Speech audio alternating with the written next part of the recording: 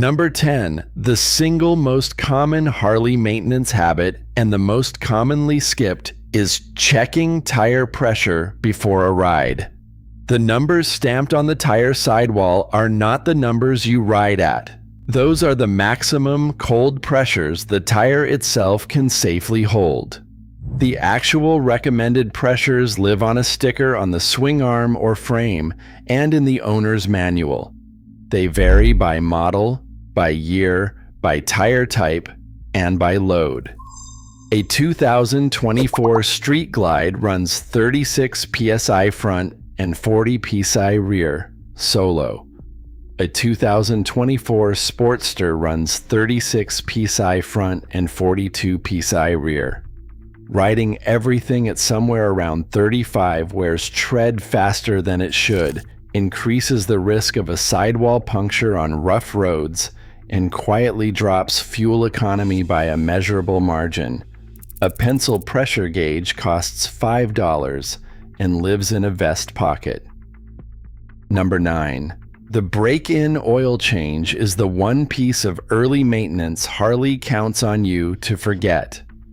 The current service interval for most big twins, touring models, and Sportsters calls for an oil and filter change at around 1,000 miles. During those first 1,000 miles, the engine is seating its rings to the cylinder walls, and the bearing surfaces are wearing in against each other. The byproduct of that wear is microscopic metal particles, and they sit in your sump. Those are the company's beta testers. The owners who waited 2 years got the corrected version for the same money or less. The longer they circulate, the more they cut into surfaces designed to last 100,000 miles. The service itself straightforward. Engine oil, primary fluid, a fresh filter, and a basic safety inspection. The interval is shorter on the newer Harley X500, where the first service is at 600 miles. The number on the bike is whatever the manual says it is. The principle is the same. Don't ride past it. Number 8. There is a kind of riding that sounds tough, feels relaxed, and slowly destroys a Harley drivetrain. It's called lugging. You might be cruising in 6th gear at 55 miles per hour with the engine ticking over at barely 2,000 RPM. You need to climb a hill or pass a car, and you just open the throttle instead of dropping a gear. Each combustion event has to do twice the work it was designed for. The pressures in the cylinder spike, and the torsional vibration through the entire drivetrain spikes as well. The compensator sprocket, the primary chain, and the transmission all take a beating that does not show up on any inspection until something starts knocking. Lugging is what happens when an engine is asked to make power outside its happy range.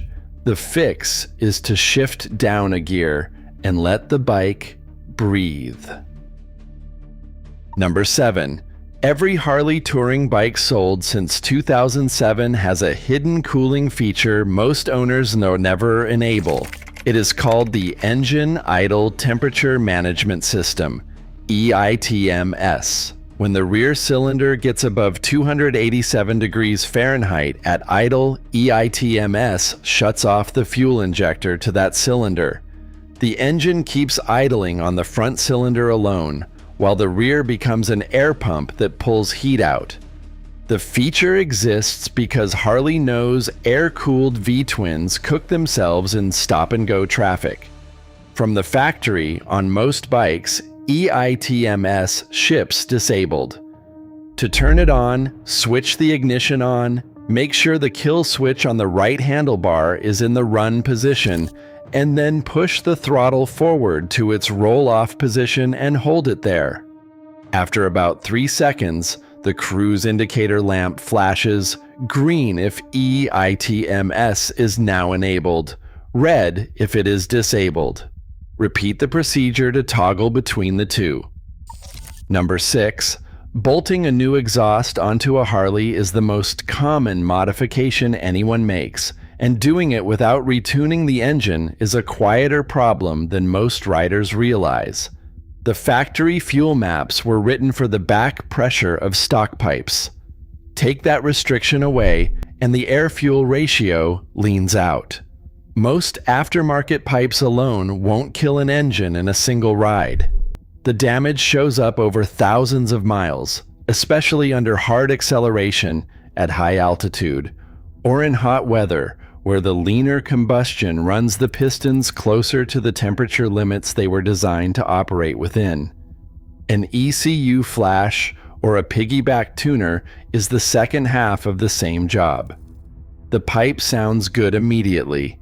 The wear takes longer to show. Hit subscribe. It's the one Harley thing that won't cost you $4,500 to ignore. Number 5.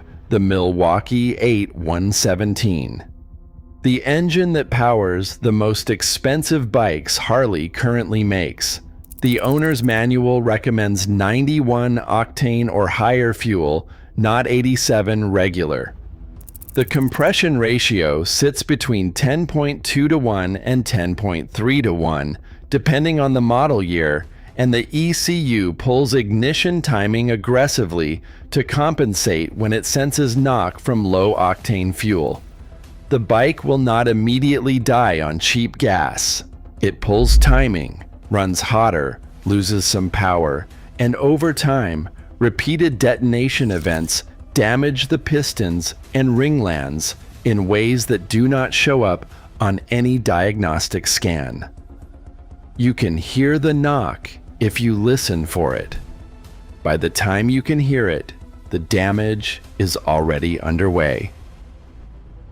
Number 4. The nuts holding the exhaust header pipes to the cylinder heads loosen on every Harley. It is not a defect. It is what heavy steel hardware does after thousands of heat cycles between cold start and 400 degrees Fahrenheit. Once one of those nuts backs off enough to break the seal, an exhaust leak starts pulling unburned air upstream of the oxygen sensor. The ECU reads the false signal as a lean condition and dumps more fuel in to compensate. Fuel economy drops. Codes start stacking up. The bike runs rough at idle. The fix is to torque the nuts back to factory specification, which is much lower than most riders guess. The service manual calls for inch-pounds on these, not foot-pounds. Over-torque them, and you will snap the studs. The check itself, twice a year, is the difference between a bike that runs clean and one that slowly drinks fuel for no reason. Number 3. Big twin owners gave it a name: the Harley Death Rattle. It is a metallic clicking at idle that gradually gets louder and rougher until something gives way at highway speed. The source is the compensator sprocket. That is the spring-loaded assembly that sits between the engine and the primary chain to absorb the pulses from an uneven firing V-twin. The central nut works itself loose over time. The internal spring pack starts grinding itself apart. It started as a twin cam problem. Harley redesigned the compensator in 2014 with an added oil deflector, but owner reports across the forums show the redesigned part still wears at relatively low mileage. The issue continued into the Milwaukee 8, especially on bikes modified to make more power than the stock compensator was sized for. Caught early during a primary service, the fix is around $400 in parts. Missed for another 5,000 miles, the failure cascades into the primary case at a cost of over $2,000. Number 2. A Harley has separate lubrication systems for the engine and the drivetrain, and they do not all share the same fluid. The engine uses 20 W50 motorcycle oil. The primary case, where the clutch and primary chain live, and the transmission, which on most big twin models sits in a third sealed case behind the primary. Both use Harley Formula Plus, the company's combined primary and transmission chain case lubricant. If you pour engine oil into the primary by accident or top up the transmission with the wrong gear oil, the symptoms include a slipping clutch, grinding gears, and a transmission that will not shift cleanly. The service manual labels each fill port clearly. The cost of a 5-second mistake at the gas station is rebuild money. Number 1. Every new Harley engine generation has shipped with problems the factory did not catch until the second model year. The 1999 twin cam introduced the plastic cam chain tensioner that would destroy oil pumps for years until Harley switched to a hydraulic design, first on the 2006 Dyna and then across the rest of the big twin lineup in 2007. The 2017 Milwaukee 8 introduced an oil pump too small to keep up with the engine it was bolted to. By 2020, Harley had redesigned the pump and started installing it on every Milwaukee 8 rolling off the line. By the third model year of each generation, the company had quietly engineered around the problem, sometimes with a service bulletin, sometimes with a redesigned part that just started showing up on the assembly line. The owners who bought first-year bikes paid full price to be the